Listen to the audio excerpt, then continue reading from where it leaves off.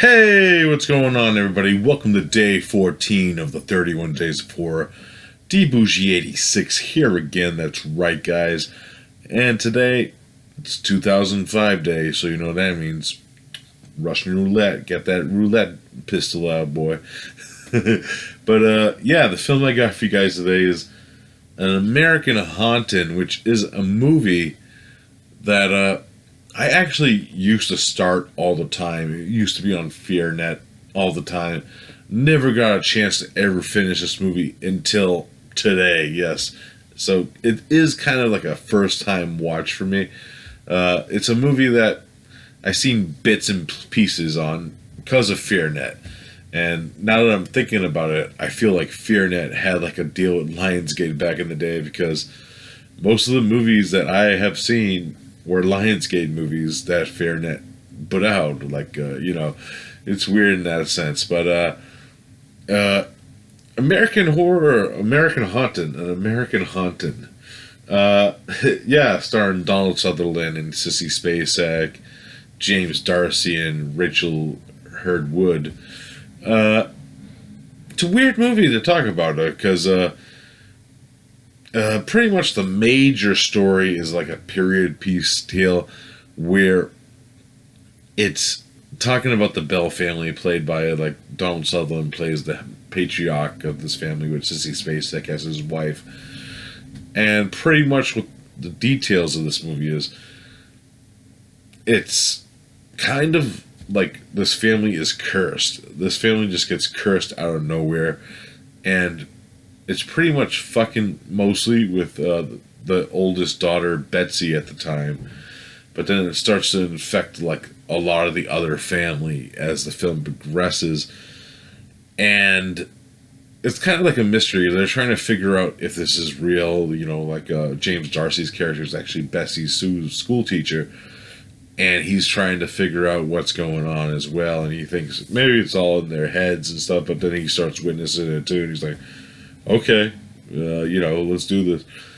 And then you get like some plot that might be like involved in like this woman who's accused of witchcraft. It's never proven in the movie, actually.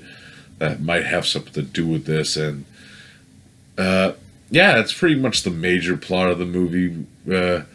It's kind of bookended with these like modern setting pieces where it's like this modern family, wife and daughter, mom and daughter, I should say, more, that are living in the house now. And it's pretty much the mom finds is reading James Darcy's like diary of the events that we see through most of the movie. Now my thoughts on that aspect of it: they did not have to need those book-ended scenes, to be honest. They feel kind of tacked on at the end of the day, and makes no fucking sense for the rest of the... I feel like the film would have did better without them, in that sense. But anyways, concerning the rest of the movie, this movie's bland. It's very boring. There should be a lot more going on within the film itself, where it's like a lot of it's like blah blah blah, talking. Then you get like this scene, where Betsy's, it looks like she's getting raped by an entity ghost. It's like, what? It's like, what the fuck?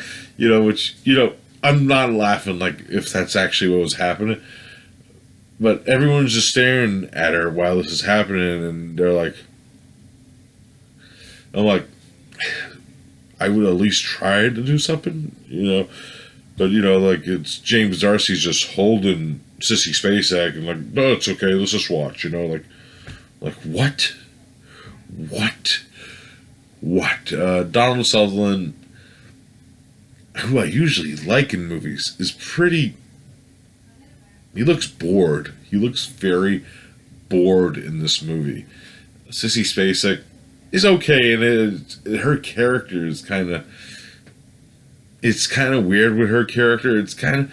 there's a lot of unexplained things with character development in this movie, where it's like, there's weird, like, is there sexual tension between Betsy and the school teacher? That's been brought up like a few times in the movie, and I'm like, doesn't need to be there. There is some good moments in the movie though. Some interesting aspects with the super. I like how they do like the POV of the ghosts in this movie, where it's like in black and white, and you can see like the ghosts moving or whatever the fuck it is moving around. And I kind of like the idea of like it actually fucking with them and talking back to them, the entity, and you get to hear that in the movie. But the rest of it just seems kind of bland and boring in that sense, where it just continues on. We get, there's some scenes that kind of replay in the movie too, where like there's this weird scene where Sissy Spacek gets like it goes into her fucking eye, like, speaking of Carrie herself, and fucking it shows like scenes that we already seen in the movie, and I'm like, why? Like I said, the whole like bookend shit, the whole bookend ending of this movie is fucking terrible.